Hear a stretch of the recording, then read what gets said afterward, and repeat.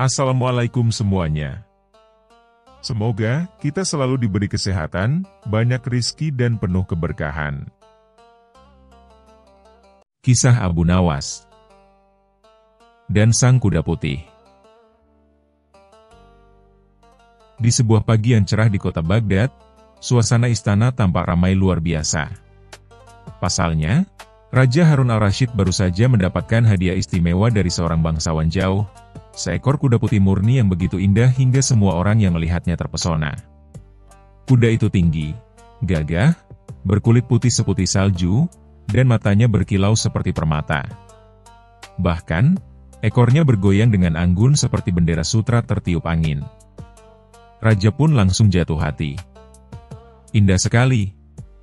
Mulai hari ini, kuda ini akan menjadi tunggangan kebanggaanku, serunya penuh semangat. Namun, begitu sang raja mencoba menungganginya, bruk!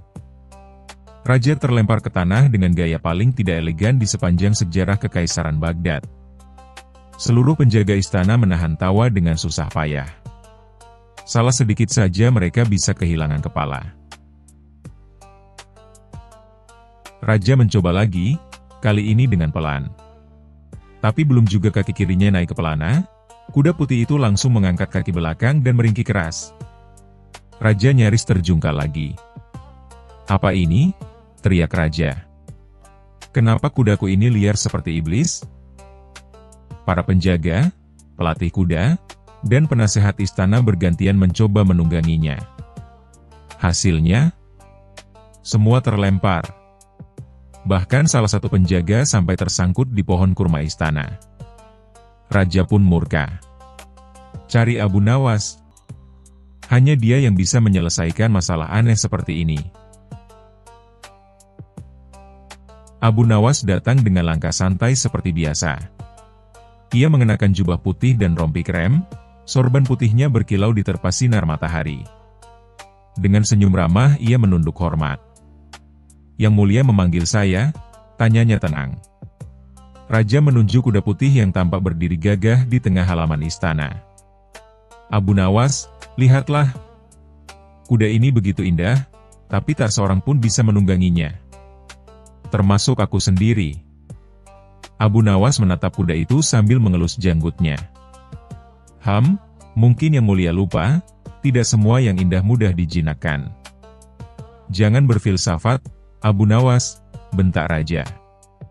"Aku ingin kuda ini bisa kutunggangi besok pagi di depan rakyat. Kalau tidak, kau akan kehilangan kepalamu." Abu Nawas menunduk hormat. "Baik, tuanku. Tapi saya butuh waktu semalam dan satu syarat kecil." "Syarat?" "Saya harus sendirian bersama kuda itu, tanpa ada yang mengintip." Raja mengangkat alis curiga, tapi akhirnya menyetujui. "Baiklah, tapi kalau kau macam-macam, aku akan memenggalmu besok pagi." Malam pun tiba. Kandang istana sepi. Abu Nawas membawa lentera kecil dan berdiri di depan kuda putih itu. Kuda itu memandang Abu Nawas dengan mata tajam, seolah berkata, "Coba kau dekati, manusia." Tapi Abu Nawas malah tersenyum dan berkata pelan, "Wahai kuda putih yang anggun, aku tahu kau bukan kuda biasa. Kau pasti merasa sombong karena terlalu indah, bukan?" Kuda itu meringkik keras, seolah setuju. Abu Nawas pun mulai berbicara seperti sedang menasihati anak kecil. "Kau tahu, di dunia ini, bahkan kuda tercantik pun butuh sahabat. Kalau kau menolak semua orang, kau akan sendirian seumur hidupmu." Lalu ia mengeluarkan sekeranjang rumput segar dan kurma kering. "Kau lapar, bukan? Ini hadiah perdamaian dari sahabat barumu, Abu Nawas." Kuda itu perlahan mendekat dan mulai makan. Abu Nawas lalu berbisik, "Sekarang, mari kita buat kesepakatan. Besok, biarkan Raja menunggangimu. Tapi saat itu, berpura-puralah jinak, meski hatimu masih liar. Aku akan pastikan kau mendapatkan istirahat dan makanan terbaik setiap hari." Kuda itu tampak tenang, bahkan menundukkan kepala seperti mengangguk. Abu Nawas tersenyum puas. Begitu, kan lebih mudah kalau saling mengerti. Keesokan paginya, seluruh istana berkumpul di halaman. Raja tanpa percaya diri, tapi wajahnya masih agak tegang. Abu Nawas berdiri di samping kuda putih itu sambil tersenyum. "Silakan, tuanku. Cobalah sekarang." Raja menatapnya ragu-ragu. "Tapi kalau aku terlempar lagi?" "Tenang saja, Yang Mulia. Sekarang kuda ini sudah tahu siapa tuannya." Raja menarik napas, naik ke pelana, dan semua menahan napas. Kuda putih itu tidak bergerak liar. Ia berdiri diam, lalu berjalan perlahan dengan langkah anggun. Raja pun tersenyum lebar. "Hahaha. Lihatlah. Sekarang dia jinak." Seluruh istana bersorak. Raja berputar-putar di halaman dengan penuh kebanggaan. "Abu Nawas, kau benar-benar luar biasa. Bagaimana kau melakukannya?" Abu Nawas menunduk sopan. "Saya hanya berbicara dari hati ke hati dengan hewan itu, tuanku." Ketika raja selesai berkeliling, ia hendak turun. Tapi tiba-tiba kuda itu lari kencang sendiri mengelilingi halaman. Raja berteriak ketakutan sambil berpegangan pada pelana. Hentikan kudanya." Para penjaga berlari ke sana kemari panik. Tapi Abu Nawas malah tertawa terbahak-bahak. "Tenang, tuanku. Itu hanya tanda kuda Anda sedang senang." Akhirnya, setelah 3 putaran penuh dan raja hampir pingsan, kuda itu berhenti tepat di depan Abu Nawas dengan gaya dramatis, lalu menunduk seperti memberi hormat. Raja turun dengan wajah pucat, rambut acak-acakan. "Abu Nawas, jelaskan padaku apa yang sebenarnya terjadi." Abu Nawas menunduk sambil menahan tawa. "Kuda itu berjanji akan jinak, tuanku, tapi dia tidak bilang akan berhenti menjadi kuda yang ceria." Raja memandangnya tajam, tapi tak bisa menahan tawa akhirnya. "Abu Nawas, hanya kau yang bisa membuat masalah jadi bahan tertawaan." Sejak hari itu, kuda putih itu benar-benar menjadi kesayangan raja. Tapi setiap kali raja menungganginya, semua orang di istana menyiapkan tikar tebal, jaga-jaga kalau sang raja jatuh lagi. Abu Nawas pun mendapat hadiah besar dari raja, sekantong emas dan 1 keranjang rumput segar, untuk diberikan pada teman barunya. Sambil berjalan keluar istana, Abu Nawas berbisik pada dirinya sendiri. Kadang, untuk menjinakkan sesuatu yang liar, kita hanya perlu berbicara dengan bahasa yang mereka pahami, yaitu humor dan kesabaran. Dan dari jauh, terdengar kuda putih itu meringkik, seolah sedang tertawa bersama Abu Nawas. Kisah selanjutnya. Kisah Abu Nawas dan misteri kebun buah yang raib dalam semalam. Di suatu pagi yang cerah di negeri Baghdad, udara terasa segar dan burung-burung berkicau riang. Tapi pagi itu, seorang pedagang kaya bernama Tuan Basir justru berteriak-teriak di tengah pasar sambil memegangi kepalanya. "Celaka! Kebunku! Kebunku hilang!" Raib begitu saja, teriaknya panik. Penduduk pasar berhenti beraktivitas. "Kebun bisa hilang? Apa dicuri jin?" tanya salah satu warga dengan polos. "Bagaimana aku tahu? Semalam kebunku penuh pohon buah, ada delima, kurma, apel, dan anggur. Tapi pagi ini, semuanya lenyap. Tanahnya pun gundul seperti kepala penjual bawang itu," katanya menunjuk si penjual bawang yang langsung menutupi kepalanya dengan keranjang. Kabar kebun hilang itu menyebar cepat hingga sampai ke telinga Raja Harun al-Rasyid. Sang raja yang terkenal penasaran itu langsung memanggil Abu Nawas ke istana. "Abu Nawas," kata raja sambil mengelus janggutnya, "kau tahu apa yang paling aneh di dunia ini?" Abu Nawas menjawab santai, "Tentu saja, Baginda.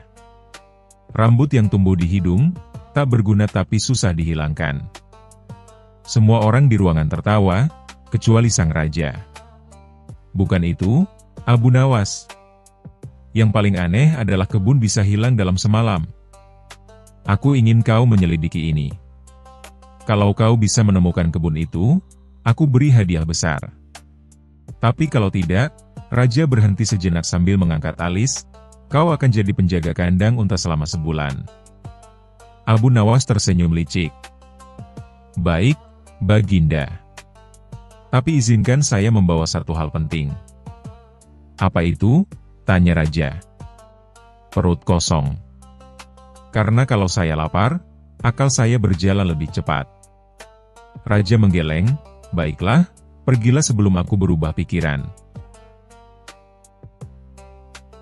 Abu Nawas mendatangi lokasi kebun Tuan Basir. Benar saja, yang tersisa hanyalah tanah kering tanpa satupun batang pohon. Kebun ini tidak hilang, tapi dipindahkan, gumamnya. Dipindahkan? Tuan Basir terkejut. Mana mungkin kebun bisa dipindahkan, Abu Nawas? Abu Nawas jongkok, mengamati tanah. Tidak ada bekas akar yang dicabut, tapi ada jejak roda besar dan bekas air. Kau tahu siapa yang suka memindahkan barang besar malam-malam? Pencuri? Tebak Tuan Basir. Tidak. Itu kerjaan orang yang punya tenaga besar dan otot lebih banyak dari otak para penjaga istana. Mata Tuan Basir membulat. Maksudmu kebunku diambil istana? Abu Nawas mengangkat bahu. Kita buktikan saja. Malam itu, Abu Nawas menyamar sebagai penjual buah keliling dan menyelinap ke halaman belakang istana. Ia hampir tertawa terbahak ketika melihat kebun raksasa di dalam tembok istana yang persis seperti kebun Tuan Basir.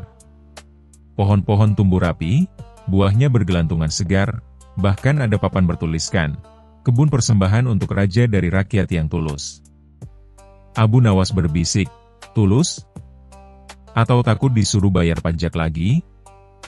Ia mendengar dua penjaga sedang bercakap. Untung saja Tuan Basir tidak sadar kebunnya kita pindahkan malam itu, kata salah satu penjaga. Diam, bodoh. Kalau ketahuan, kita disuruh makan buah mentah sebulan penuh, sahut yang lain. Abu Nawas mengangguk pelan. Bagus. Aku sudah punya bukti. Keesokan paginya, Abu Nawas menghadap raja sambil membawa sekeranjang buah segar dari kebun itu. Baginda, katanya dengan wajah serius, saya menemukan kebun yang hilang. Raja tersenyum senang. Benarkah? Di mana? Di tempat yang sangat sulit dijangkau oleh manusia biasa. Di mana itu? Tanya raja makin penasaran. Di balik tembok keangkuhan, jawab Abu Nawas pelan sambil menatap mata sang raja. Raja mengerutkan kening. Apa maksudmu? Abu Nawas menaruh keranjang buah di meja. Buah-buah ini dari kebun yang katanya hilang. Dan saya menemukannya tumbuh subur di taman belakang istana. Suasana seketika hening. Para menteri saling pandang. Penjaga istana menelan ludah. Raja memandang Abu Nawas lama sekali, lalu akhirnya tertawa terbahak-bahak. Jadi kebun itu dipindahkan ke istanaku, ya? Luar biasa. Siapa yang melakukannya? Abu Nawas menjawab santai, rakyat Baginda, yang berpikir kalau mempersembahkan kebunnya akan membuat Baginda lebih bahagia. Tapi ternyata Baginda lebih bahagia saat mengetahui kebenaran. Raja tertawa sambil bertepuk tangan. Kau memang tak pernah gagal, Abu Nawas. Baiklah, kebun itu akan dikembalikan kepada Tuan Basir, dan para penjaga yang memindahkannya akan memanen buah selama sebulan tanpa boleh makan satupun. Penjaga yang berdiri di sudut ruangan langsung pucat pasi. Beberapa hari kemudian, kebun Tuan Basir sudah kembali seperti semula. Ia memeluk Abu Nawas dengan gembira. Terima kasih, Abu Nawas. Kau menyelamatkan kebunku. Abu Nawas tersenyum sambil menggigit buah delima. Tidak apa-apa. Lagi pula, kalau kebun bisa hilang begitu saja, bagaimana dengan uang sewa rumahku? Jangan-jangan besok ikut hilang juga. Semua orang yang mendengar tertawa terbahak-bahak. Dan sejak hari itu, Tuan Basir setiap minggu mengirim sekeranjang buah ke rumah Abu Nawas. Tapi tentu saja, Abu Nawas tak pernah lupa untuk berkata, "Kalau kebunmu hilang lagi, jangan panggil jin. Panggil Abu Nawas saja." Kebenaran tak selalu bisa disembunyikan, bahkan di balik tembok istana sekalipun. Dan kecerdikan seringkali lebih kuat dari kekuasaan.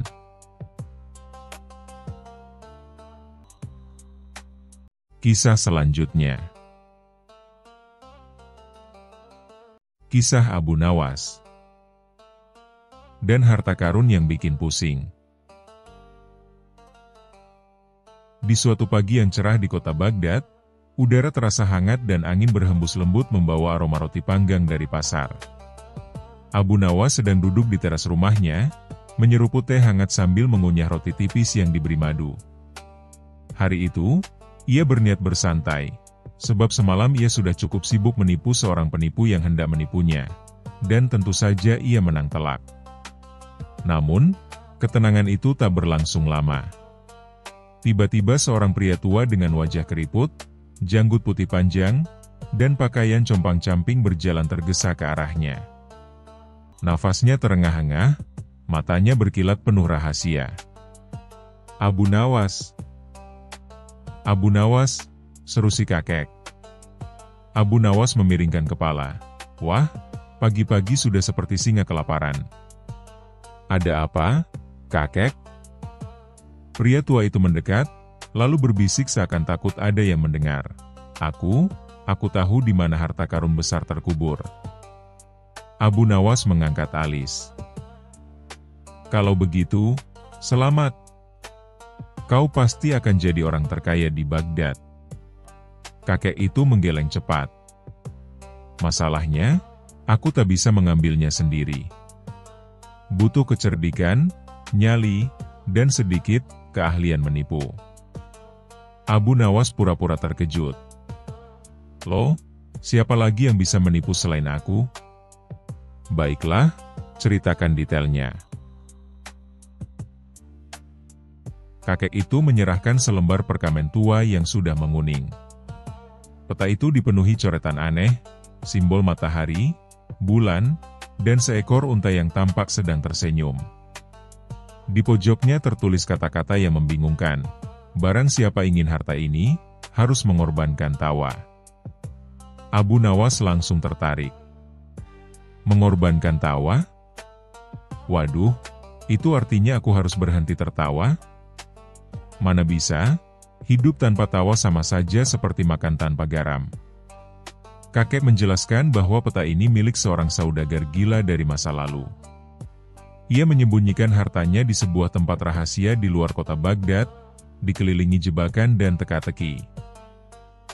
Konon, banyak yang mencoba mengambilnya, tapi semuanya pulang dengan wajah kusut, bahkan ada yang tertawa tanpa henti hingga pingsan.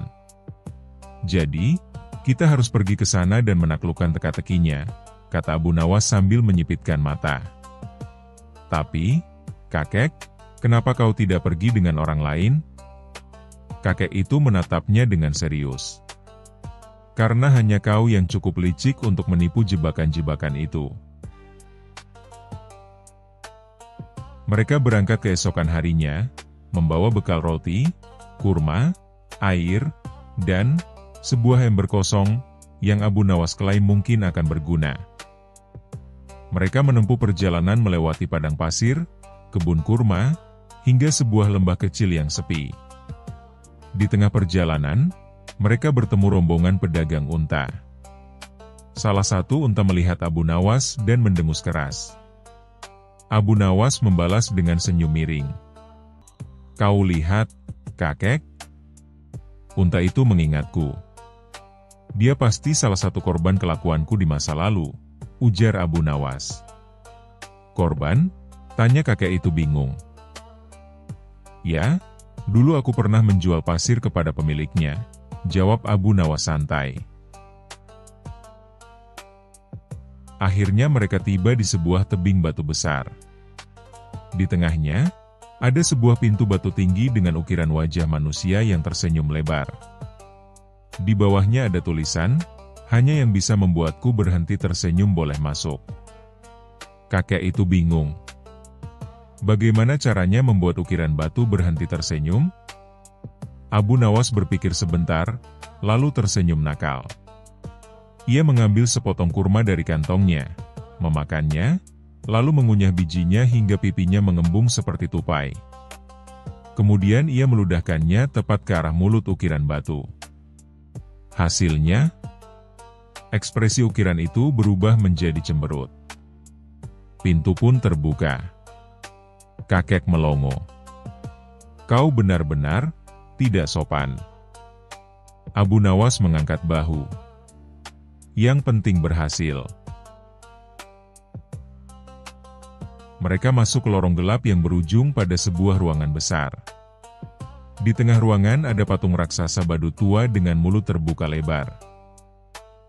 Setiap kali mereka melangkah, terdengar suara tawa keras dari segala arah. Suara itu begitu menular hingga kakek terus terkekeh tanpa bisa berhenti. Abu Nawas, "Hahaha, aku tidak bisa berhenti. Hahaha." Abu Nawas menyadari ini adalah jebakan, mengorbankan tawa yang dimaksud di peta. Ia tahu jika ia ikut tertawa, mereka tidak akan pernah keluar. Dengan sigap, ia memasukkan kapas ke telinganya dan tetap menjaga wajah datar. Lalu ia mendekati patung badut itu, memeriksanya, dan menemukan tuas di dalam mulutnya. Ia menarik tuas itu, dan suara tawa pun berhenti. Kakek langsung terjatuh ke tanah, kelelahan. "Kau menyelamatkanku." Abu Nawas nyengir. "Jangan berterima kasih dulu. Kita baru sampai setengah jalan." Mereka melanjutkan perjalanan ke ruang berikutnya, yang lantainya bersinar keemasan. Abu Nawas langsung curiga. "Kakek, kalau lantai ini benar-benar emas, kenapa tidak diambil saja oleh pencari harta sebelumnya?" Ia mengetuk lantai itu, dan benar saja. Lantai itu hanyalah cat emas di atas papan tipis. Beberapa bagian bahkan berlubang, siap menjebloskan siapapun yang berjalan sembarangan. Dengan kecerdikannya, Abu Nawas mengambil ember kosongnya, mengisinya dengan pasir dari luar, lalu menaburkannya di lantai. Pasir itu menandai jalur aman yang tidak berlubang. Mereka pun bisa melewati ruangan itu tanpa terperosok. Mereka tiba di ruangan terakhir.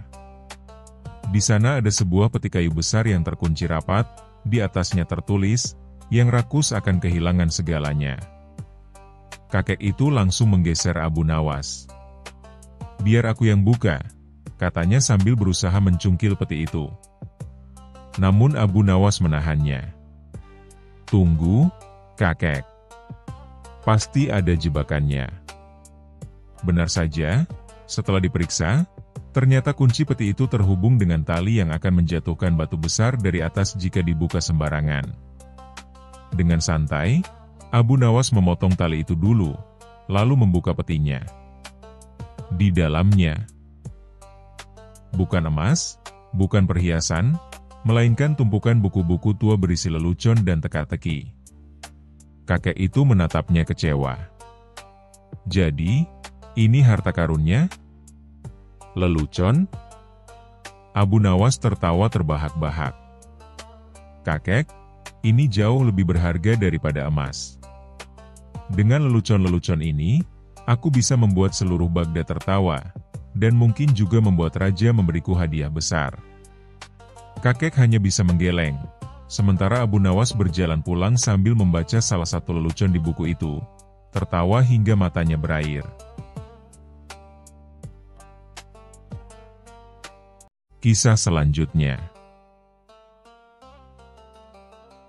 Kisah Abu Nawas dan sumpah aneh. Di sebuah sore yang ramai di Baghdad, para penduduk berkumpul di pasar besar. Suasana pasar penuh hiruk-pikuk. Ada pedagang rempah yang berteriak menawarkan dagangan, tukang kain yang sibuk menarik-narik calon pembeli, sampai anak-anak kecil yang berlarian sambil membawa kurma. Namun, hari itu ada satu peristiwa yang benar-benar membuat semua orang berhenti dari kesibukannya. Seorang pria kaya raya sedang berteriak-teriak dengan wajah merah padam. Pria itu bernama Bahir, seorang saudagar terkenal yang hobi pamer kekayaan dan sering membuat orang lain jengkel. Ia sedang ribut dengan seorang pedagang kecil karena masalah sepele, harga sepotong roti. "Aku ini orang kaya. Mana mungkin aku salah hitung," teriak Bahir. "Tapi tuan, harganya hanya 2 keping perak, bukan 3, balas pedagang kecil itu dengan wajah memelas. Keributan semakin menjadi-jadi, hingga akhirnya terdengar kalimat yang membuat semua orang terdiam. "Kalau aku salah, aku bersumpah akan memakan sandalku sendiri," ucap Bahir dengan lantang. Orang-orang langsung terperangah, lalu pecah dalam tawa. "Memakan sandal? Hahaha. Apa dia gila?" bisik seorang wanita sambil menutup mulutnya. "Kalau benar salah, habislah sandalnya," celetuk yang lain. Sayangnya, sumpah aneh itu justru sampai ke telinga Baginda Raja Harun al-Rasyid, yang kebetulan lewat bersama pengawal. Raja penasaran dan memerintahkan Bahir datang ke istana. Di dalam istana, Bahir gemetar setengah mati.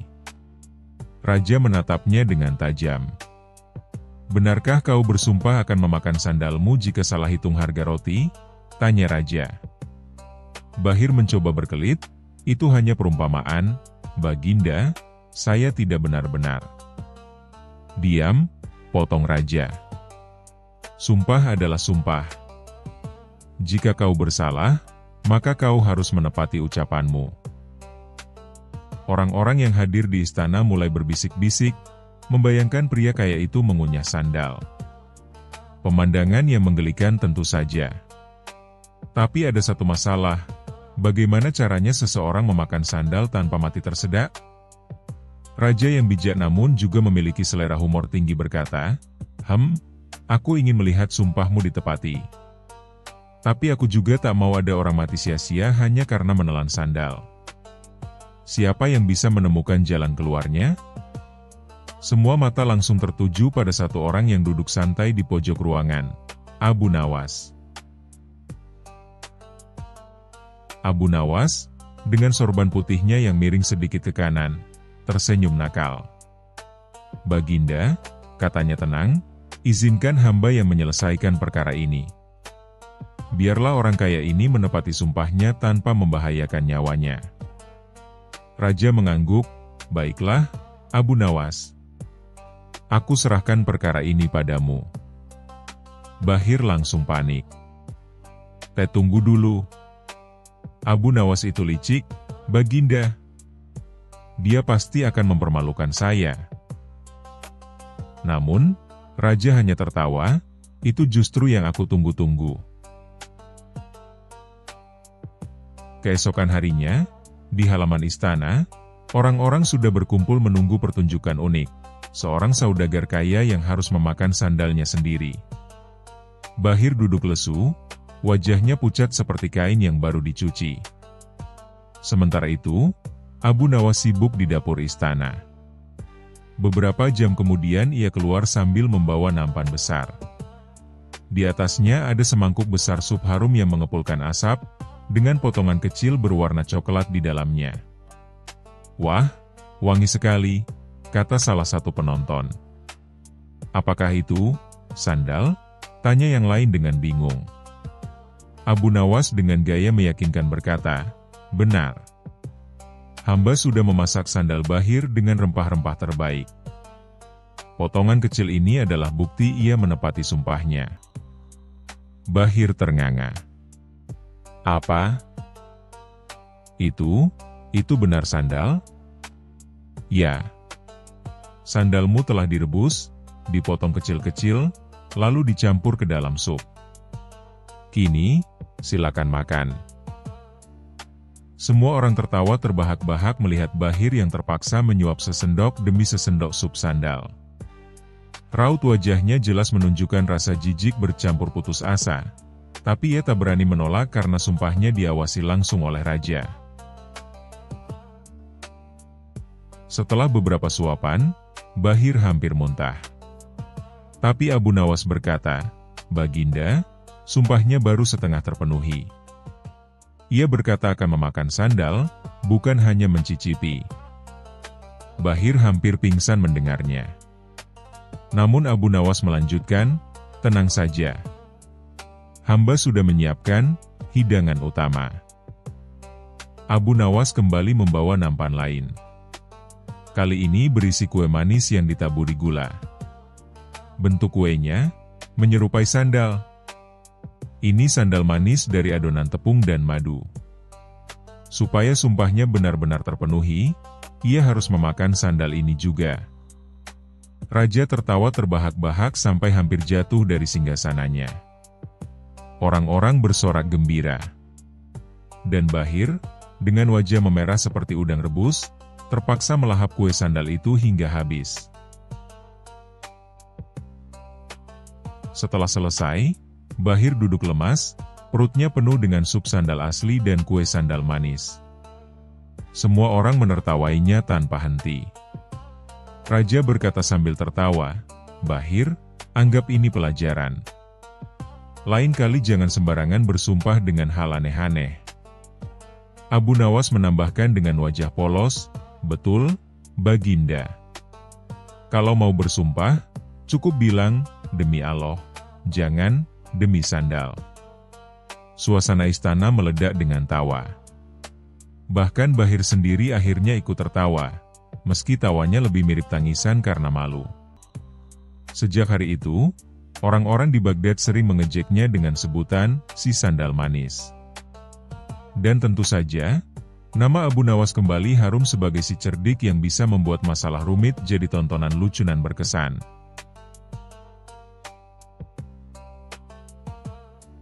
Kisah selanjutnya. Kisah Abu Nawas dan Rahasia Pasir Ajaib. Di sebuah sore yang panas, matahari memancarkan sinarnya tanpa ampun.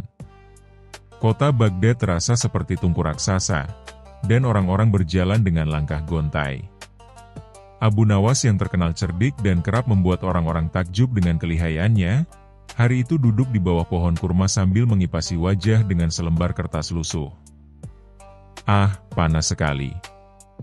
Andai saja aku punya segenggam pasir ajaib yang bisa menyejukkan siapa saja," gumamnya, separuh mengeluh, separuh berhayal. Kebetulan, seorang anak kecil yang lewat mendengar ucapan itu. Anak itu langsung lari pulang ke rumah sambil berteriak, "Ibu! Ibu! Abu Nawas punya pasir ajaib yang bisa menyejukkan." Berita itu pun menyebar dengan cepat, seperti angin gurun yang berhembus kencang. Dalam waktu singkat, orang-orang di pasar sudah ramai membicarakan tentang pasir ajaib milik Abu Nawas. Keesokan harinya, halaman rumah Abu Nawas dipenuhi orang-orang yang penasaran. Para pedagang, ibu rumah tangga, bahkan pejabat istana kecil pun datang untuk melihat. Mereka berdesakan di depan rumah sederhana Abu Nawas. "Abu Nawas, katanya engkau punya pasir ajaib," teriak seorang pedagang kain dengan napas terengah. Abu Nawas, yang sebenarnya sama sekali tidak punya pasir ajaib, hanya terperangah. Namun otaknya yang cepat segera berputar. Jika ia menolak, orang-orang pasti kecewa dan menganggapnya pembohong. Tapi kalau ia mengakui, bisa jadi ini peluang emas untuk menguji kecerdikannya. Dengan tenang ia tersenyum dan berkata, "Benar, aku memang punya pasir ajaib. Tapi pasir ini tidak bisa sembarangan dipakai. Ada syaratnya." Orang-orang langsung menahan napas, menunggu penjelasan. Syaratnya adalah, hanya orang yang benar-benar jujur hatinya yang bisa merasakan khasiatnya, kata Abu Nawas dengan suara dibuat misterius. Seorang pria kaya raya yang terkenal pelit, bernama Bahzar, maju ke depan. Ia menepuk dadanya. "Aku orang yang paling jujur di kota ini. Berikan padaku pasir ajaibmu, Abu Nawas." Abu Nawas mengangguk tenang, lalu ia mengambil segenggam pasir biasa dari halaman rumahnya. Ia menaruhnya di tangan Bahzar sambil berkata, "Tutup matamu, tarik napas dalam-dalam, lalu bayangkan kejujuranmu." Bahzar pun mengikuti. Tapi alih-alih merasa sejuk, pasir itu justru masuk ke hidungnya karena angin bertiup kencang. Ia bersin keras berkali-kali hingga wajahnya merah seperti tomat. Orang-orang yang melihat tak kuasa menahan tawa. "Hahaha. Itu wajah jujur atau wajah pilek?" ejek seorang anak muda. Abu Nawas pura-pura serius sambil mengelus janggutnya. "Aneh sekali, mungkin pasir ini menolakmu, wahai Bahzar. Artinya, ada yang tidak jujur dalam hatimu." Wajah Bahzar semakin merah, kali ini bukan karena pasir, melainkan karena malu. Setelah itu, seorang ibu penjual roti maju. Ia dikenal suka menambahkan tepung lebih banyak daripada isinya. Dengan penuh percaya diri ia berkata, "Aku pasti jujur. Buktikan dengan pasir itu, Abu Nawas." Abu Nawas mengulurkan segenggam pasir lain. Sang ibu menggenggamnya, menutup mata, dan menunggu. Tapi tiba-tiba, roti yang ia bawa di keranjang jatuh karena tersenggol seseorang, dan orang-orang melihat isi rotinya jauh lebih sedikit daripada kulitnya. "Hei, roti ibu ini isinya kosong," teriak seseorang. "Dasar penipu," tambah yang lain. Abu Nawas menghela napas panjang sambil berkata dengan nada penuh hikmah, "Lihatlah, pasir ajaib selalu membongkar kebohongan." Sekali lagi, orang-orang tertawa terbahak-bahak, sementara sang ibu menunduk malu. Kabar tentang pasir ajaib Abu Nawas akhirnya sampai ke telinga Raja Harun al-Rasyid.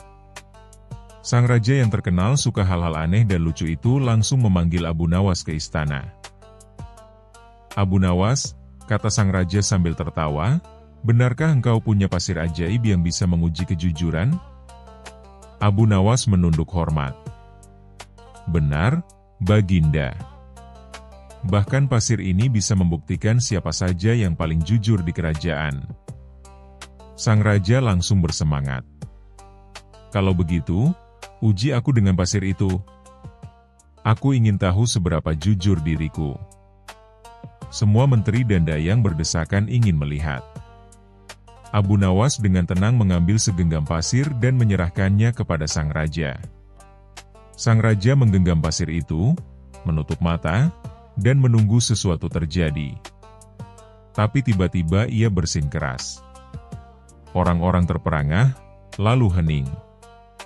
Namun Abu Nawas cepat menyelamatkan suasana. "Ah, Baginda, bukan pasirnya yang menolak. Justru ini tanda bahwa Baginda adalah orang paling jujur.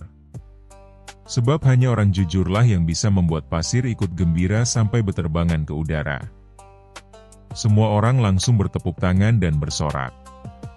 Sang raja pun tertawa terbahak-bahak, merasa terhibur. Sejak hari itu, pasir biasa di halaman Abu Nawas dianggap sebagai pasir ajaib. Orang-orang tetap datang meminta uji kejujuran, meski setiap kali hasilnya selalu membuat mereka malu atau ditertawakan. Dan Abu Nawas, ia tidak pernah menyebut dirinya penipu. Ia hanya berkata, "Aku tidak berbohong. Pasir ini memang ajaib, karena mampu menunjukkan siapa yang jujur dan siapa yang tidak. Yang membuatnya ajaib bukan pasirnya, melainkan tingkah orang-orang sendiri." Orang-orang akhirnya sadar, keajaiban itu bukan ada di dalam pasir, melainkan dalam cerdiknya Abu Nawas memutarbalikkan keadaan. Cerita ini pun tersebar luas di Baghdad. Dan setiap kali orang melihat segenggam pasir di jalan, mereka akan teringat pada Abu Nawas dan keajaiban lucunya yang membuat semua orang terpingkal. Kisah selanjutnya. Kisah Abu Nawas dan Rahasia Taman. Pada suatu hari yang terik di kerajaan Baghdad, Raja Harun al-Rasyid duduk di taman istananya sambil melamun.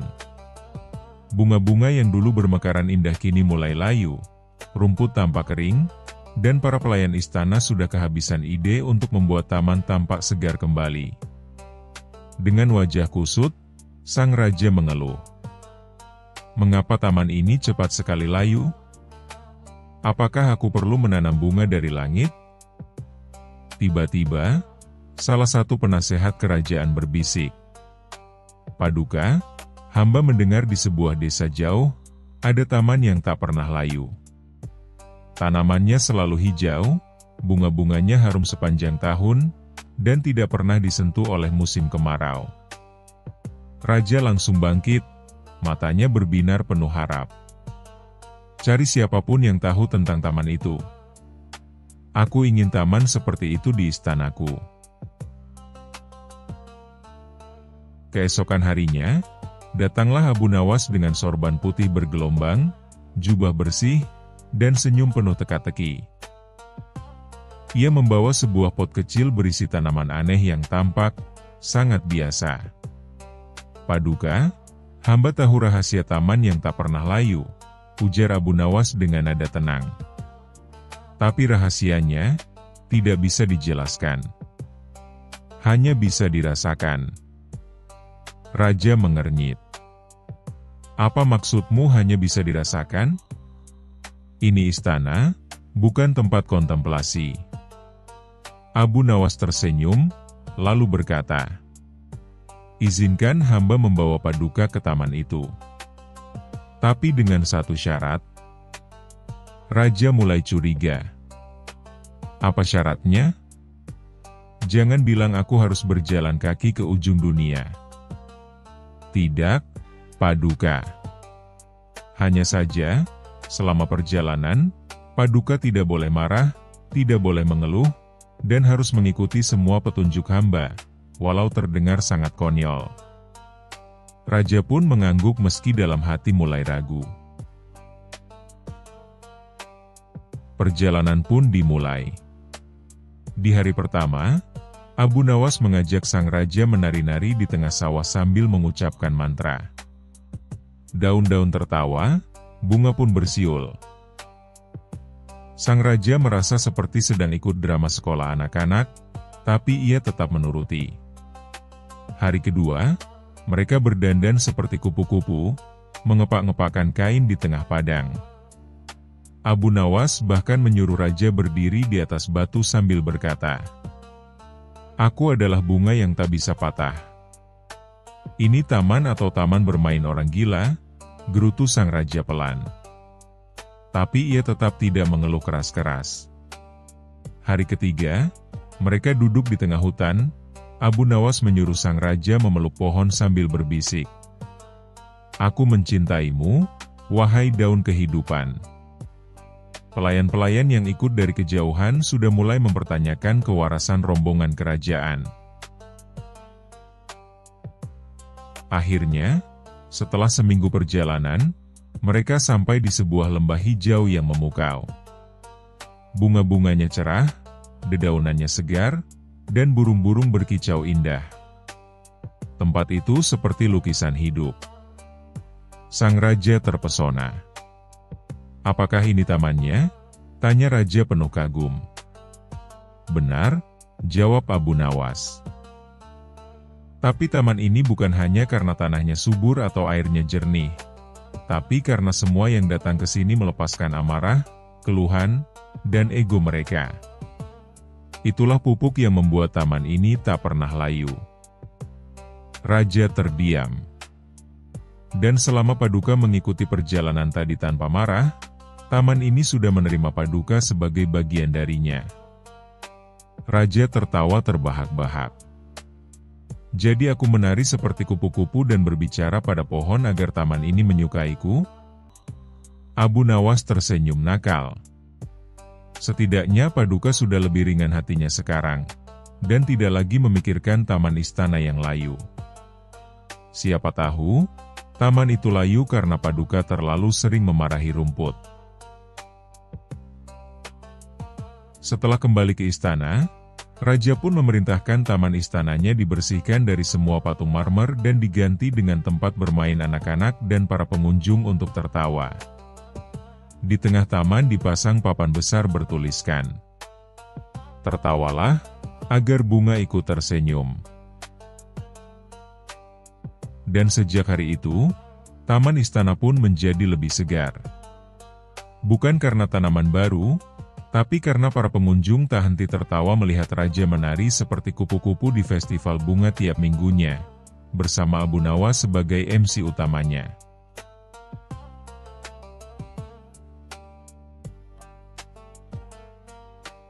Kisah selanjutnya.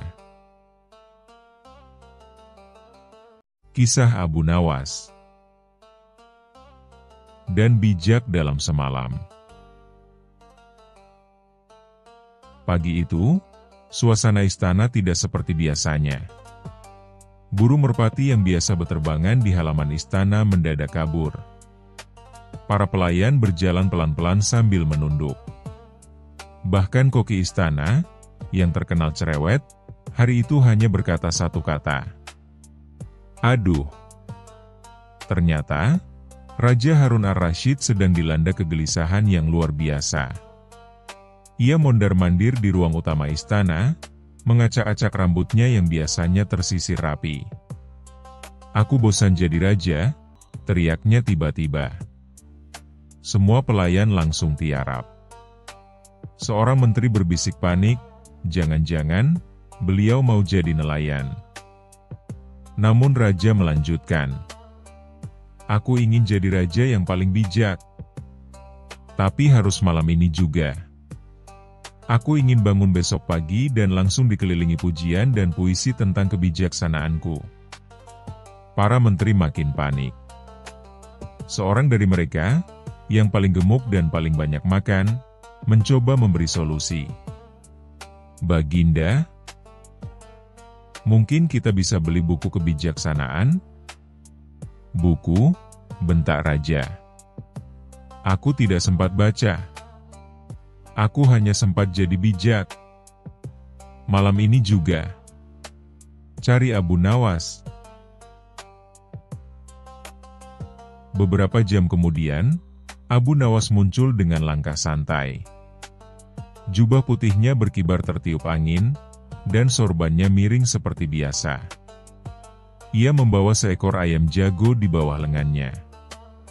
"Salam damai wahai Baginda. Mengapa kali ini wajahmu seperti kue basi yang belum jadi?" Raja mendengus. "Aku ingin menjadi bijak. Tapi cepat. Aku bosan disanjung karena kekayaan dan kekuasaan. Aku ingin disanjung karena, kutipan bijak dan pemikiran dalam." Abu Nawas mengangguk-angguk, lalu tersenyum. "Baik. Maka Baginda harus menjalani 3 ujian. Ini bukan ujian biasa. Ini ujian menjadi bijak dalam semalam." "Apakah sulit?" tanya Raja. "Sulit? Tidak. Tapi sangat menggelikan dan bisa menggores keangkuhan Baginda." Raja berdiri tegak. "Aku siap. Demi kebijaksanaan dan puisi-puisi manis dari rakyat." Abu Nawas membawa Raja ke pasar. Dengan dandanan rakyat biasa dan celemek penuh minyak, Raja Harun dipaksa berjualan gorengan. Baginda harus tahu rasanya dibayar setengah harga, lalu dituntut senyum. Itulah awal dari empati. Raja pun mulai berteriak. "Bakwan, tahu isi, gorengan panas. Gratis, senyuman dari penjual." seorang ibu-ibu mendekat dan menatap gorengan raja. Ini gorengan atau batu jalanan? Kering banget. Raja ingin marah, tapi Abu Nawas langsung menyodorkan kaca kecil. Lihat wajah Baginda seperti terong goreng yang kehilangan jati diri. Ibu-ibu itu membeli satu gorengan, lalu ngeloyor pergi. Raja tertawa lepas. Sungguh, ternyata rakyat bisa kejam tapi lucu. Dan itulah awal kebijaksanaan, ketika Baginda bisa menertawakan dirinya sendiri, jawab Abu Nawas bijak. Selanjutnya, Abu Nawas membawa raja ke taman rakyat. Di sana, sekelompok anak-anak sudah menunggu dengan pertanyaan aneh yang sudah dilatih. Anak pertama bertanya, "Wahai Tuan, kalau kucing bisa naik pohon, kenapa kambing tidak bisa naik ke awan?" Raja berpikir keras, lalu menjawab, "Karena awan tidak menyediakan tangga untuk kambing." Semua anak tertawa terpingkal-pingkal. Seorang bapak-bapak menepuk pundak raja. "Jawaban Anda benar-benar tidak penting, tapi menyenangkan." Abu Nawas menambahkan, "Kebijaksanaan bukan selalu menjawab benar, tapi tahu kapan harus serius, dan kapan harus ikut tertawa." Raja mengangguk. Ini menyenangkan, tapi juga memalukan. Dan itu kenapa semua orang menghindari kebijaksanaan, jawab Abu Nawas. Malam harinya, Abu Nawas meminta raja menyerahkan tahta kepada seekor kambing. Di aula istana, seekor kambing duduk di atas singgasana mengenakan mahkota kertas. Para menteri dipaksa membungkuk dan berkata, "Salam, Paduka yang mulia." Beek. Raja duduk di bawah singgasana, memegang kipas, dan melihat semua dengan mata berkaca-kaca karena tertawa. "Abu Nawas ini gila," katanya. Justru itu. Ketika Baginda tahu tahta bisa digantikan kambing, maka Baginda telah melewati ujian terakhir, melepaskan keangkuhan. Tiba-tiba kambing buang kotoran di karpet istana. Dan itu pelajaran bonus, jangan beri kekuasaan pada yang tak tahu aturan. Keesokan paginya, Raja Harum berdiri di balkon istana dan berkata kepada rakyat, "Aku bukan lagi hanya raja. Aku pernah jual gorengan, menjawab pertanyaan anak-anak aneh, bahkan disingkirkan oleh kambing. Maka hari ini, aku bukan hanya raja, tapi raja yang pernah menjadi kalian." Rakyat bersorak. Seorang penyair berkata, "Duhai raja bijak, engkau laksana tahu isi, digoreng dalam minyak kehidupan, dan kini renyah dalam pemikiran." Dan sejak hari itu, setiap kali raja mulai bertindak aneh, semua orang berkata, "Tenang, mungkin beliau sedang ikut ujian bijak lagi." Sementara itu, Abu Nawas duduk di taman sambil makan gorengan. Ia tersenyum dan bergumam, "Siapa bilang bijak harus serius?"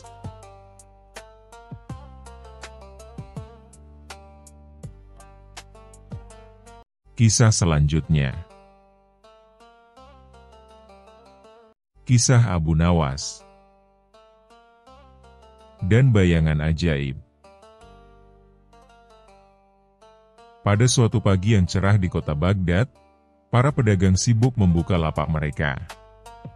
Matahari bersinar dengan semangat, membuat bayangan setiap benda tampak jelas di tanah. Tapi hari itu, sesuatu yang ganjil terjadi.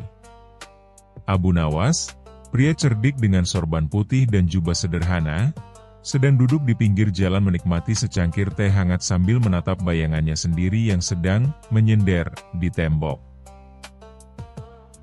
Tiba-tiba, seorang pria gemuk dengan wajah gusar dan napas ngos-ngosan berlari ke arah kerumunan sambil berteriak, Tolong.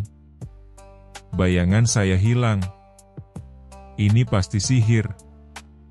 Ini pasti, ulah Abu Nawas. Kerumunan pun riuh. Semua orang menoleh ke arah Abu Nawas yang tengah asyik menyeruput teh tanpa rasa bersalah. Abu Nawas. Bayanganku menghilang. Hilang. Kau pasti tahu ini sihir apa? Teriak pria itu, namanya Tuan Barit, pedagang minyak yang terkenal pelit seantero pasar. Abu Nawas tersenyum dan menjawab tenang, bayanganmu hilang? Mungkin dia bosan terus-menerus mengikutimu yang pelit itu. Jangan bercanda. Aku serius. Lihat ini, katanya sambil menunjuk ke tanah. Dan benar saja, saat sinar matahari menyinari tubuhnya, tak ada bayangan sama sekali. Wah, ujar Abu Nawas, pura-pura kaget. Mungkin bayanganmu mengundurkan diri. Atau kabur karena terlalu banyak hutang perbuatan.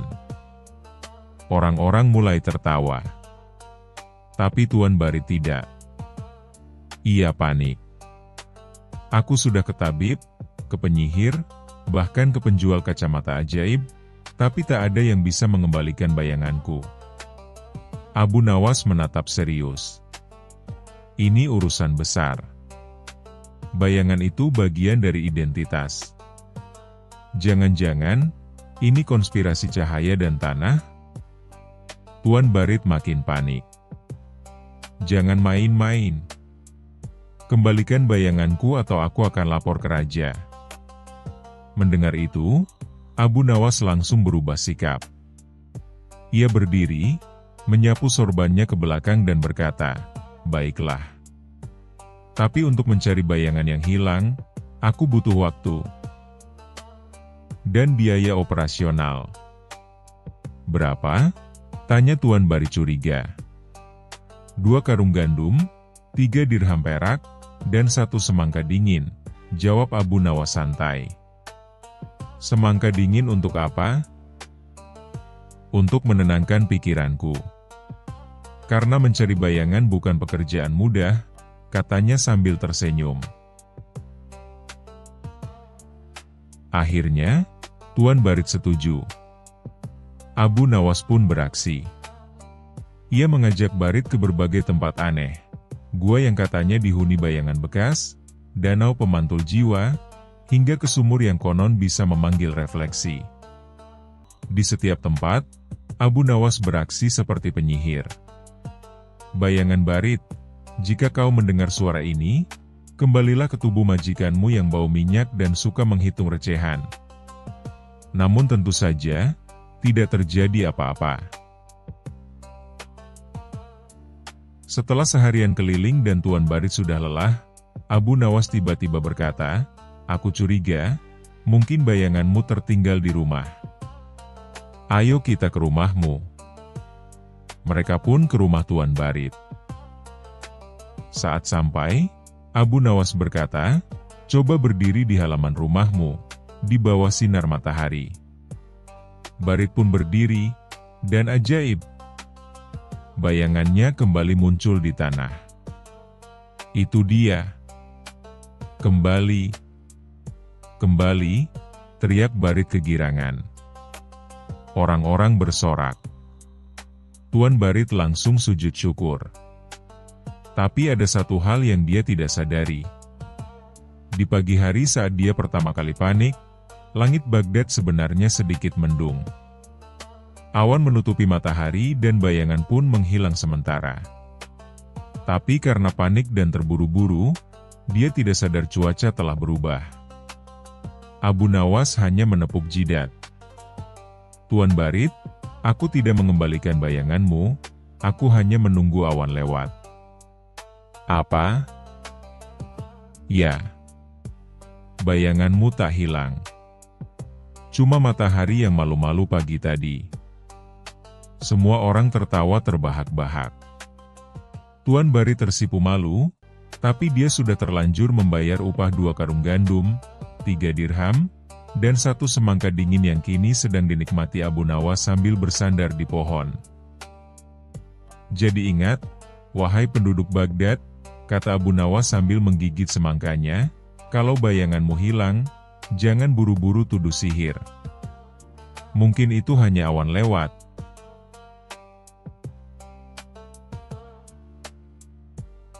Kisah selanjutnya. Kisah Abu Nawas dan petualangan dunia bawah.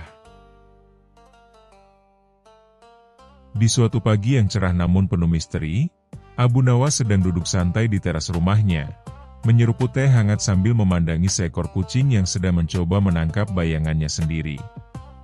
Tiba-tiba, seorang lelaki tua berjubah hitam datang tergopoh-gopoh, membawa seikat gulungan naskah kuno. Abu Nawas, tolonglah kami. Dunia bawah sedang kacau. Raja dunia bawah mengamuk karena kehilangan mahkota emasnya, dan seluruh makhluk bawah tanah mulai naik ke permukaan, seru si kakek. Abu Nawas mengerutkan dahi. Dunia bawah? Maksudmu, neraka? Bukan. Ini dunia bawah versi-versi bawah tanah, dipenuhi makhluk aneh seperti kodok bersayap, cacing berjenggot, dan peri terbalik, jelas si kakek. Alih-alih takut, Abu Nawas malah berseru, "Wah, seru juga. Aku belum pernah ke sana. Mungkin bisa kutulis jadi buku, wawancara eksklusif dengan siluman cacing berambut." Dengan bekal 1 senter, 3 kurma, dan semangat nekat, Abu Nawas dibimbing ke sebuah sumur tua di tengah padang gersang. Tinggal lompat ke dalam sumur ini. Jangan lupa bawa humor, karena makhluk bawah tanah sangat membenci manusia yang membosankan, kata si kakek. Abu Nawas mengangguk dan langsung meloncat ke dalam. Bismillah, semoga yang menyambutku bukan nenek-nenek bertaring. Ternyata, ia mendarat di atas punggung seekor kura-kura raksasa berhelm dan berkumis. Selamat datang di dunia bawah, kata si kura-kura. Tolong jangan injak kumisku lagi. Abu Nawas dipandu oleh si kura-kura ke gerbang dunia bawah, tapi jalan masuknya dijaga oleh 3 makhluk aneh. Seekor singa dengan suara seperti bayi. Seorang manusia berkepala sandal. Dan seekor burung hantu yang terlalu sok tahu. Untuk masuk, Abu Nawas harus menjawab 3 teka-teki konyol. Singa bayi bertanya, "Kalau aku mengeong, aku jadi apa?" Abu Nawas menjawab, "Jadi kucing yang sok jadi singa." Manusia bersandal bertanya, "Aku berjalan tanpa kaki. Aku duduk tanpa kursi. Aku tidur tanpa bantal. Aku siapa?" "Jelas kamu, orang malas." Burung hantu bertanya, "Apa yang lebih dulu, ayam atau telur?" Abu Nawas tertawa, "Yang lebih dulu itu, warung pecel ayam." Ketiganya tertawa terguling-guling. Secara harfiah, makhluk dunia bawah memang doyan berguling. Abu Nawas pun diberi akses masuk. Istana Raja Dunia Bawah ternyata terbuat dari tanah liat, dihiasi lampu-lampu jamur yang bisa bernyanyi. Raja Dunia Bawah, makhluk besar bertanduk dengan selimut pink, sedang merajuk di singgasananya. Aku kehilangan mahkota. Semua menyalahkanku. Bahkan ular sarkas yang biasanya pendiam sekarang jadi komentator politik. Abu Nawas mengangguk serius. Tenang, Baginda. Mahkota pasti bisa ditemukan. Tapi aku butuh 1 teko teh dan bantal leher untuk berpikir. Setelah berpura-pura tidur sambil menari selama 30 menit, metode meditasi khas Abu Nawas, ia berkata, "Mahkotamu tidak hilang, hanya tertukar dengan mangkuk mie." Ternyata benar. Seekor naga kecil sedang memakai mahkota itu sebagai mangkuk mie pedas. Raja tertawa terbahak-bahak. Kau memang manusia paling kocak dan cerdas. Sebagai hadiah, kau boleh meminta apapun. Abu Nawas menjawab, aku hanya ingin satu, jalan pulang, tapi naik lift, bukan jatuh lagi. Abu Nawas dibekali jamur bercahaya, kursi goyang terbang, dan satu stiker bertuliskan, saya berteman dengan siluman cacing. Ia naik kursi goyang itu menuju sumur tempat ia datang. Tapi saat keluar dari sumur, ia malah muncul di kamar mandi istana, mengejutkan para dayang yang sedang mengepel. Kau dari mana saja, Abu Nawas? Tanya Raja Harun al-Rasyid yang kebetulan lewat. Abu Nawas menjawab santai, hanya sekadar kunjungan ke dunia bawah. Mereka menyarankan istana kita pakai jamur nyanyi juga, biar tidak sepi. Seketika istana geger dengan tawa, dan Abu Nawas diangkat sebagai duta persahabatan antar dunia, dengan gelar kehormatan, Abu Nawas sang penjelajah gila. Dan sejak saat itu, Abu Nawas sering menghilang secara tiba-tiba, dan saat ditanya kemana ia pergi, ia hanya menjawab, cuma ke bawah tanah cari ide cerita, atau mie pedas naga.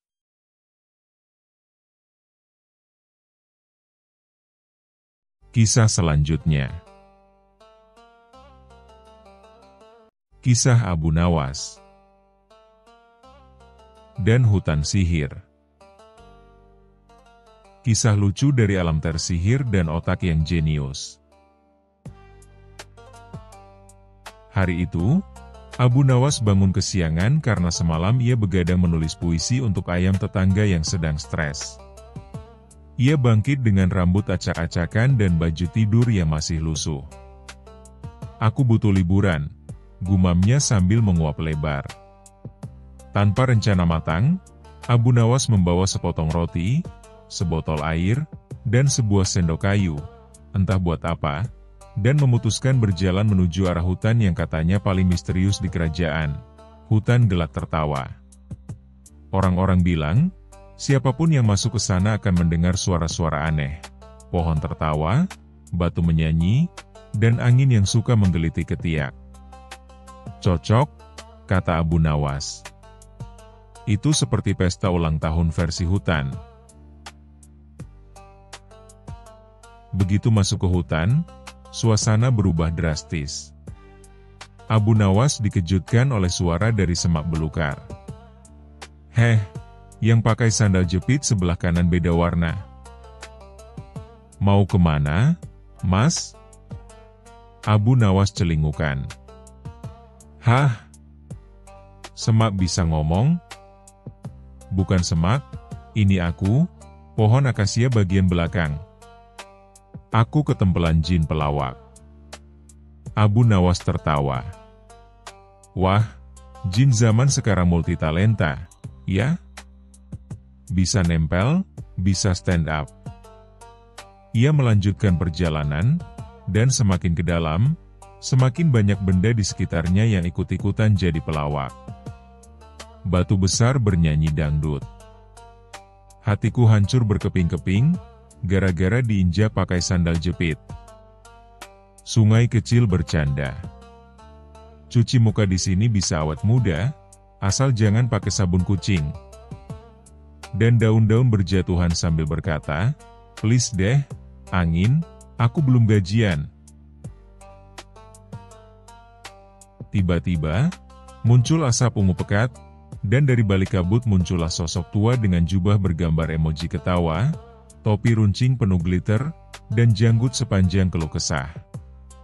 Akulah penyihir gelap, katanya dramatis.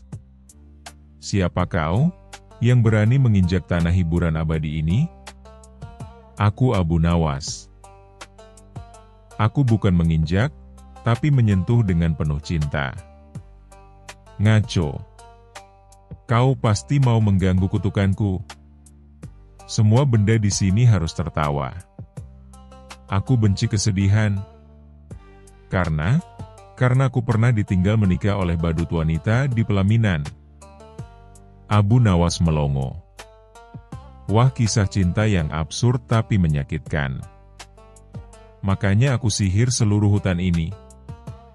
Biar semua benda ikut tertawa, walaupun hatiku menangis. Abu Nawas menghela napas panjang. Wahai penyihir, izinkan aku menyembuhkan luka hatimu bukan dengan sihir, tapi dengan stand-up komedi spesial. Ia berdiri di atas batu, yang tiba-tiba berubah jadi panggung, dan mulai. Pernah dengar kisah raja yang takut bayangannya sendiri? Tiap malam dia lempar sandal ke tembok karena dikira ada pengintai. Atau kisah kucing istana yang jadi penasihat menteri? Karena cuma dia yang bisa bikin semua diam, dengan tatapan menghina. Penonton tidak hanya penyihir, tapi juga semua pohon, batu, bahkan seekor tupai yang tiba-tiba pakai wig dan tertawa terpingkal-pingkal. Penyihir tertawa sampai janggutnya melilit leher. Hahaha. Ampun, Abu Nawas. Kau penyihir komedi sejati. Seketika, sihir di hutan lenyap. Suasana jadi damai, meski sedikit kecewa karena pohon tidak lagi bisa nyanyi dangdut. Sebagai hadiah, penyihir memberikan Abu Nawas sebuah cermin ajaib yang jika dilihat, akan menunjukkan versi paling konyol dari diri sendiri. Berikan ini pada siapapun yang merasa paling serius di dunia. Maka dia akan tertawa, bahkan jika dia menteri. Abu Nawas pulang dengan bangga sambil memeluk cermin. Tapi sebelum keluar dari hutan, seekor monyet menghadangnya sambil berbisik. Bro, kau lupa roti dan sendok kayumu ketinggalan. Beberapa hari kemudian, Abu Nawas datang ke istana dan memberikan cermin itu pada raja yang dikenal paling serius dan sok bijak. Raja melihat ke dalam cermin, dan seketika jatuh dari singgasananya sambil berkata, "Ya ampun, kenapa alisku mirip jangkrik mabuk?" Sejak saat itu, setiap malam Jumat, diadakan acara komedi kerajaan, di mana Abu Nawas menjadi pembawa acara tetap, dan cermin itu dipajang sebagai simbol bahwa tawa bisa menyihir dunia lebih dari sihir itu sendiri. Kadang yang kita butuhkan bukan sihir atau kekuatan, tapi tawa yang tulus, dan sedikit kemampuan meniru suara kambing.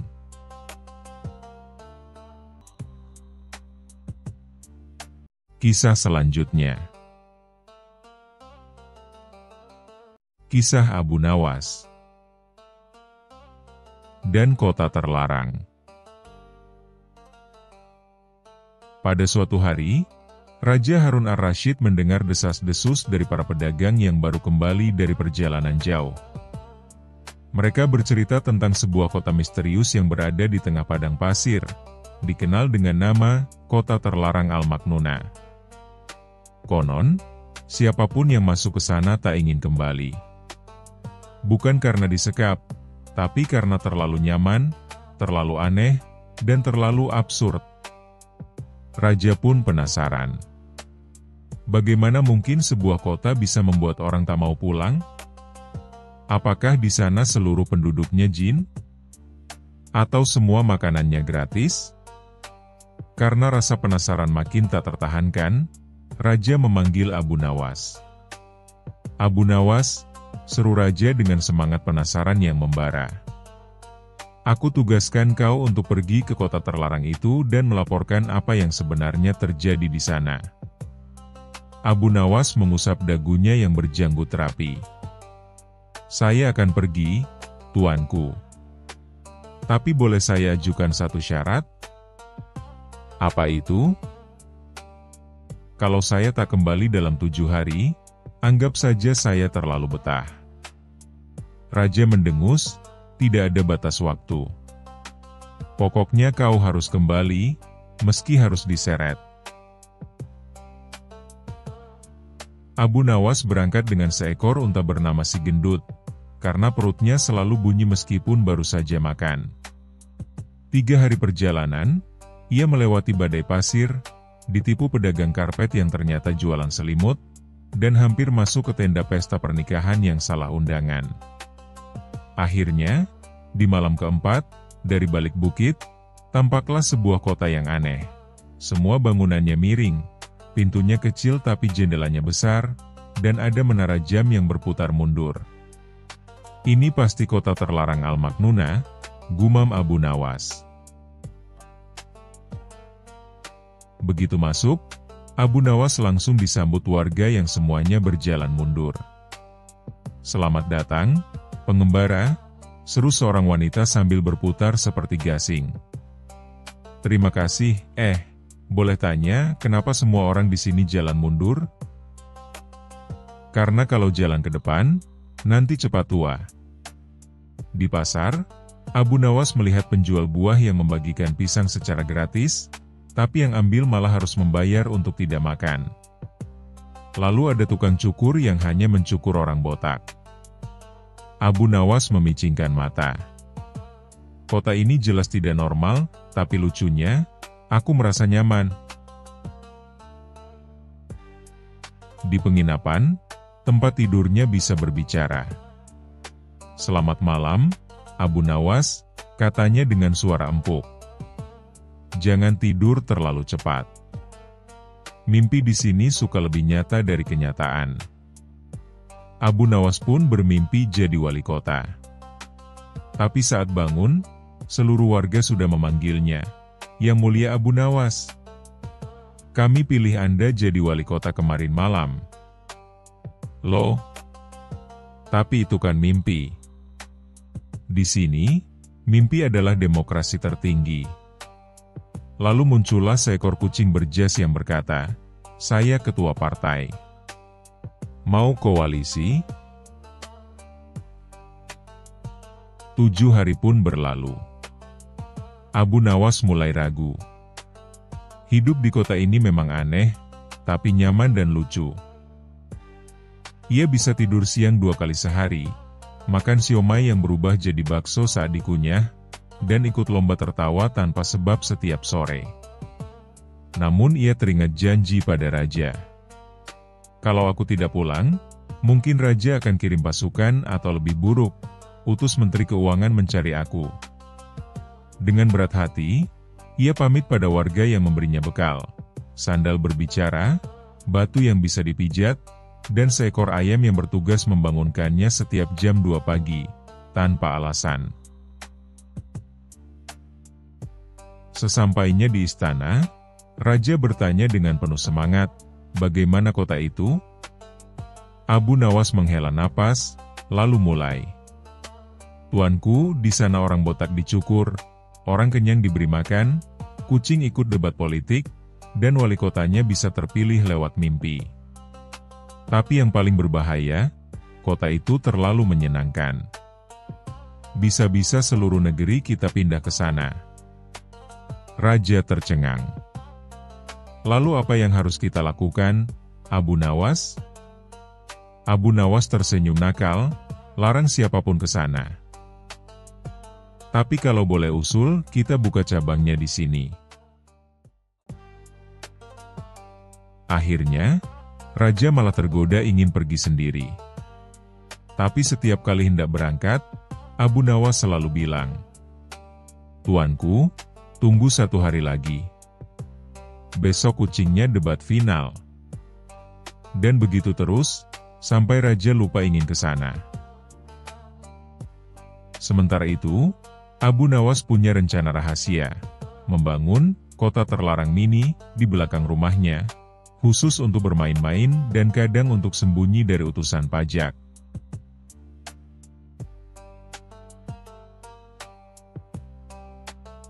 Kisah selanjutnya. Kisah Abu Nawas. Kucing bernyanyi. Pada suatu pagi yang cerah di kota Baghdad, Abu Nawas sedang duduk santai di bawah pohon kurma sambil menyeruput secangkir teh hangat. Ia sedang tidak punya pekerjaan hari itu, dan tentu saja, itu berarti pikirannya mulai mencari akal-akalan baru untuk menghibur diri, atau menghibur seluruh kota. Tiba-tiba, ia mendengar suara nyanyian yang sumbang dan aneh dari kejauhan. miau la la la. Abu Nawas memiringkan kepalanya. Apakah itu suara kucing? Gumamnya penasaran. Tapi kucing macam apa yang bernyanyi seperti onta kehausan? Rasa penasarannya mendorongnya untuk mencari sumber suara itu. Ia berjalan mengikuti irama sumbang itu, melewati pasar, warung kebab, dan penjual karpet bekas, hingga akhirnya sampai di rumah seorang lelaki tua bernama Abu Jahil. Di depan rumah Abu Jahil, tampak seekor kucing berbulu oranye duduk tenang di atas meja, sambil bernyanyi. Ya, benar-benar bernyanyi. Meski suaranya mirip panci penyok ditabuh dengan sendok, kucing itu tampak sangat menikmati aksinya. Abu Nawas mengucek matanya, lalu mengedip-ngedipkan matanya. Aku belum gila, tapi mungkin kucing itu sudah lebih waras dari manusia. Abu Jahil keluar rumah dengan bangga dan berkata, "Lihat, Abu Nawas. Ini kucing ajaibku. Ia bisa bernyanyi lagu-lagu Arab klasik. Aku sedang melatihnya untuk tampil di hadapan Baginda Raja." Abu Nawas mengangguk pelan, menahan tawa. Sungguh menakjubkan. Tapi dalam hatinya, ia mulai menyusun rencana. Beberapa hari kemudian, terdengarlah kabar bahwa Baginda Raja Harun al-Rashid akan mengadakan festival keajaiban di istana. Semua rakyat dipersilakan membawa benda atau makhluk paling unik dan luar biasa. Hadiahnya, 100 keping emas dan makan malam bersama Baginda. Abu Jahil, tentu saja, sangat percaya diri. Ia bahkan melatih si kucing menyanyi di pagi hari, siang hari, bahkan malam hari, yang menyebabkan para tetangga menderita gangguan tidur serius. Namun, Abu Nawas tak ingin kalah. Ia ingin mengungkap kebenaran tentang kucing itu, dengan cara yang sangat Abu Nawas. Istana dipenuhi oleh keajaiban-keajaiban aneh. Burung beo yang bisa membaca puisi, keledai yang bisa berdansa, dan seorang pria yang mengaku bisa berkomunikasi dengan semangka. Lalu tibalah giliran Abu Jahil. Ia naik ke panggung sambil membawa kucing ajaibnya. "Wahai Baginda, saksikanlah kucing ini. Ia bisa bernyanyi lagu kesukaan rakyat," seru Abu Jahil bangga. Semua mata tertuju pada si kucing. Dengan suara serak dan penuh semangat, si kucing mulai menyanyi. Miau, la, miau ya habibi, miau. Penonton terkejut. Baginda tertawa geli. Tapi tiba-tiba, terdengarlah suara dari kerumunan. "Hentikan pertunjukan itu. Aku tahu rahasianya." Semua orang menoleh. Ternyata itu Abu Nawas, datang membawa seekor tikus di dalam sangkar emas. Dengan senyum licik, Abu Nawas membuka sangkar dan melemparkan tikus ke panggung. Apa yang terjadi? Kucing, penyanyi, itu langsung meloncat seperti roket, mengejar tikus ke sana kemari, menjatuhkan karpet istana, membalik meja Baginda, dan akhirnya masuk ke dalam kendi besar dan terjebak. Suara, miau, la, langsung berubah menjadi, miau tolong. Seluruh istana hening, lalu meledak dalam tawa. Bahkan Baginda tertawa hingga kursinya bergoyang. Abu Jahil tersipu malu. Ia mengaku bahwa ia menyembunyikan ikan asin kecil di balik mikrofon mainan, dan ia hanya melatih si kucing untuk mengeong di dekat mikrofon sambil mencium bau makanan. Abu Nawas, dengan gaya khasnya, menunduk hormat dan berkata, "Maafkan hamba, Baginda." Tapi kucing bernyanyi itu hanyalah drama, dan kucing, tetaplah kucing." Baginda pun berkata, "Abu Nawas, sekali lagi, kau menyelamatkan kami dari tertipu oleh suara palsu seekor kucing." Lalu, sebagai penghargaan, Abu Nawas mendapatkan 100 keping emas, dan hadiah tambahan berupa 1 bulan pasokan ikan asin, yang kemudian ia bagikan ke semua kucing liar di Baghdad. Dan begitulah kisah tentang Abu Nawas dan kucing bernyanyi. Tentang moral cerita ini, kalau ada kucing bernyanyi, pastikan dulu itu bukan karena lapar atau mencium bau ikan asin.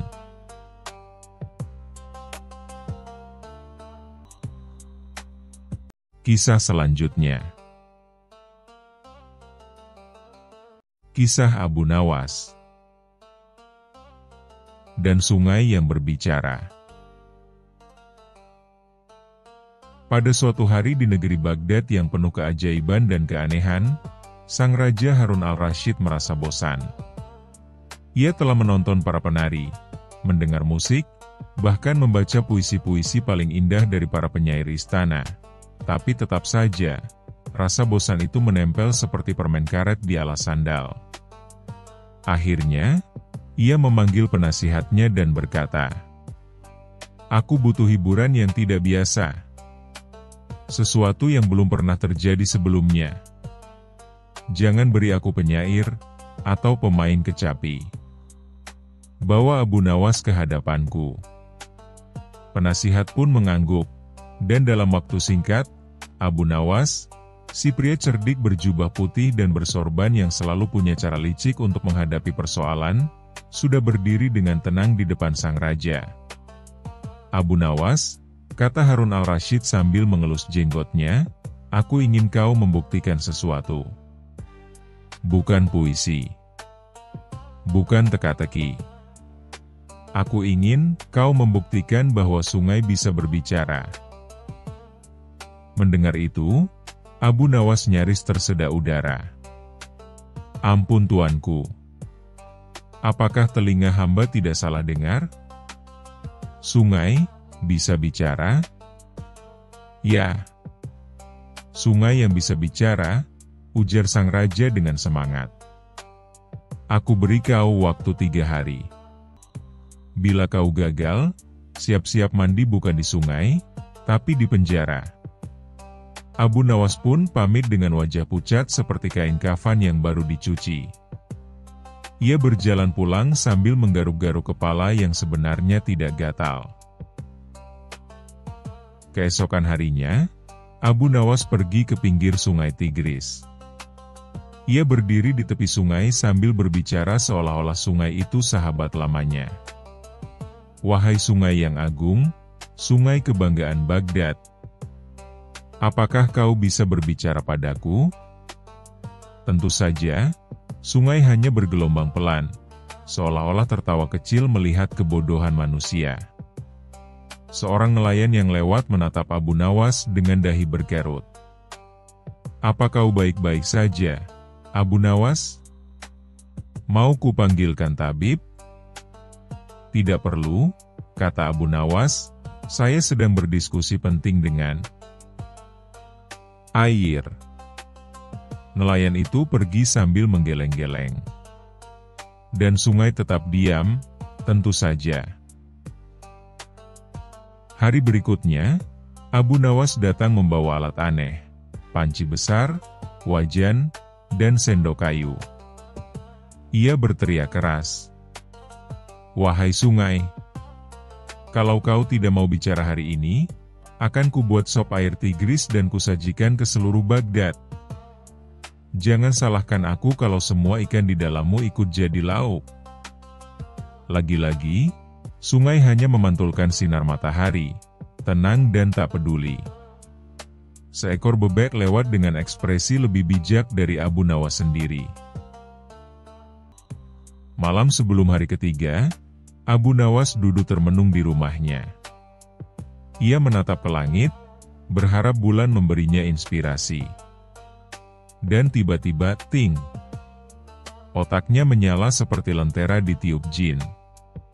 Kalau sungai tak bisa bicara, ya, aku yang harus membuat orang lain percaya bahwa sungai itu bicara. Keesokan paginya, Abu Nawas pergi ke pasar dan menyewa 2 anak laki-laki yang terkenal paling cerewet dan suka bermain air. Ia menyuruh mereka bersembunyi di balik semak di tepi sungai. Ia memberi mereka tugas yang sangat penting, menjadi suara sang sungai. Abu Nawas mengundang sang raja dan beberapa pejabat ke pinggir sungai. Karpet istana dibentangkan, parasol emas dibuka, dan makanan ringan disajikan. Sang raja duduk dengan senyum sinis. Jadi, Abu Nawas, mana sungai yang katanya bisa bicara itu? Abu Nawas pun melangkah ke tepi sungai dan berseru, "Wahai sungai Tigris, katakan pada kami, apakah kau bisa berbicara?" Tiba-tiba, terdengar suara dari semak. "Aku bisa berbicara, wahai Abu Nawas yang cerdas." Raja melompat dari duduknya. "Apa itu?" "Sungai. Sungai bicara." Lalu terdengar lagi, "Benar, Tuanku Raja. Tapi aku hanya akan bicara kalau Abu Nawas hadir. Aku tidak suka orang yang tidak cerdas." Pejabat istana pun saling menatap. Salah satu menteri bahkan hampir tersedak kurma. Raja tercengang. "Luar biasa. Abu Nawas, sungguh luar biasa. Bagaimana kau bisa membuatnya berbicara?" Abu Nawas tersenyum lebar. "Sederhana, Tuanku. Sungai hanya berbicara kepada mereka yang punya imajinasi dan rasa humor tinggi." Raja pun tertawa terbahak-bahak. "Kau memang gila, tapi aku suka kegilaanmu. Kau bebas dari tugas ini dan berhak atas hadiah." "Hadiah apa, Tuanku?" tanya Abu Nawas dengan mata berbinar. "Sungai itu sendiri. Mulai hari ini, kau bebas mandi, memancing, dan berteriak di sungai sesukamu." Sejak hari itu, masyarakat Baghdad menyebut sungai Tigris dengan nama baru, sungai yang bicara kalau Abu Nawas datang. Dan 2 anak kecil yang dulu bersembunyi di semak-semak, mereka kini jadi pencerita panggung yang laris manis di pasar malam, membawakan pertunjukan suara dari air. Dan Abu Nawas, ia kembali pulang, sambil tertawa sepanjang jalan.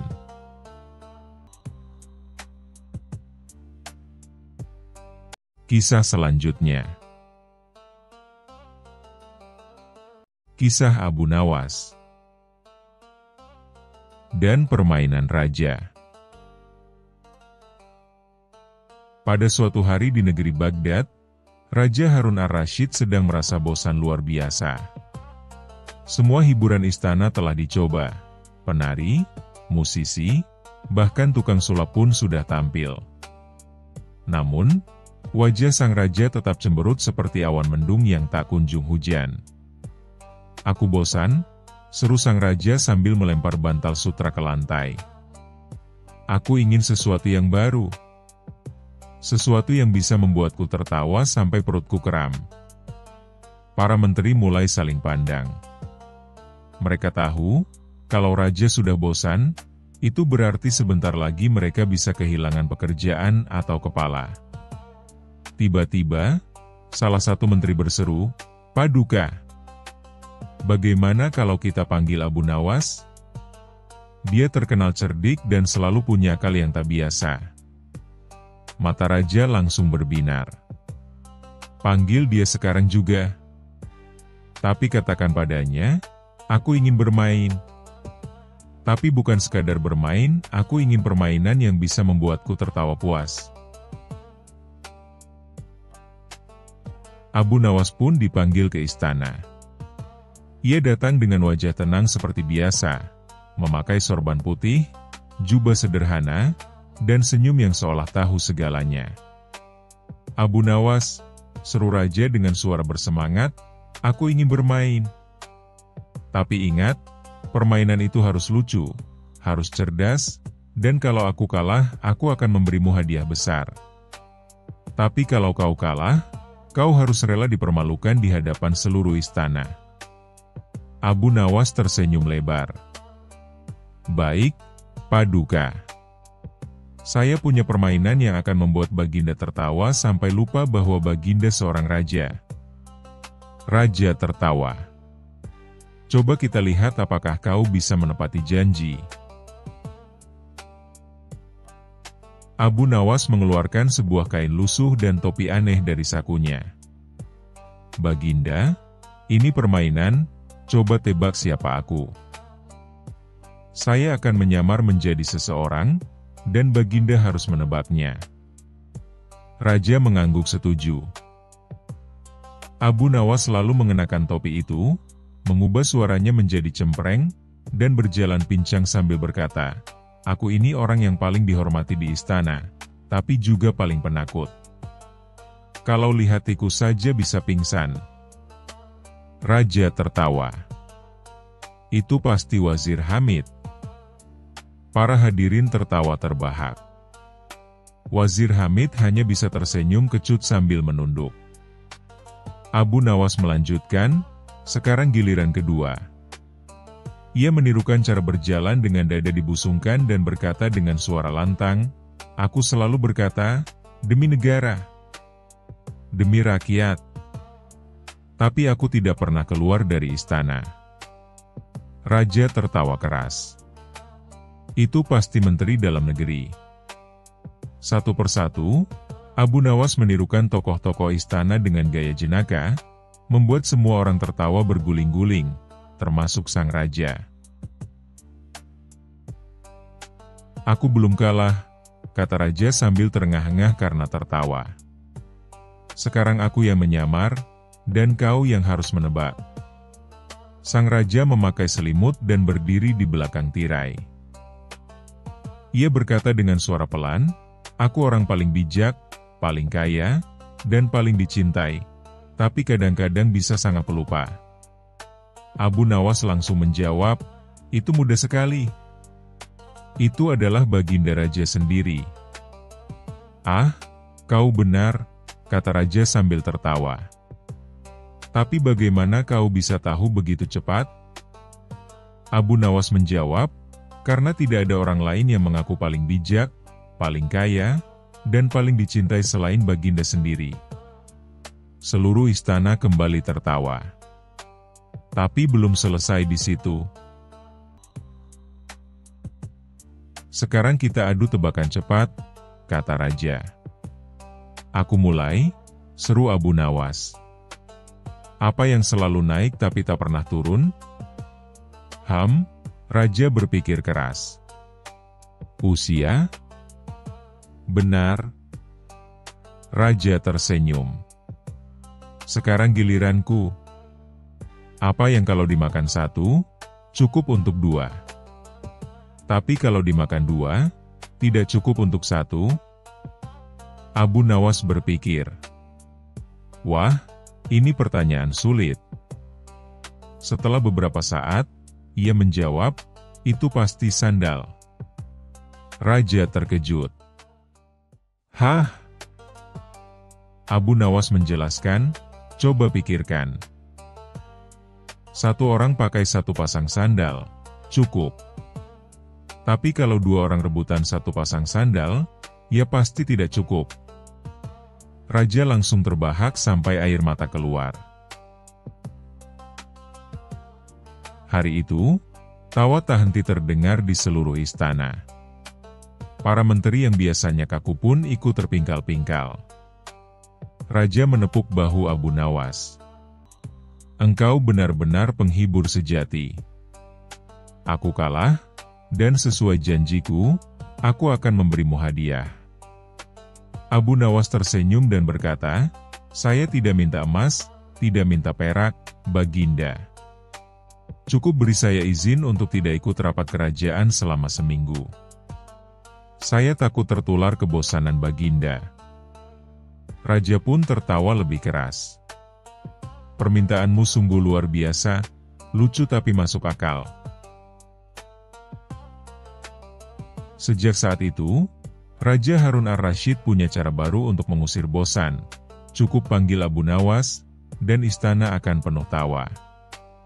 Dan para menteri, mereka diam-diam lega, karena selama Abu Nawas ada, kepala mereka tetap aman.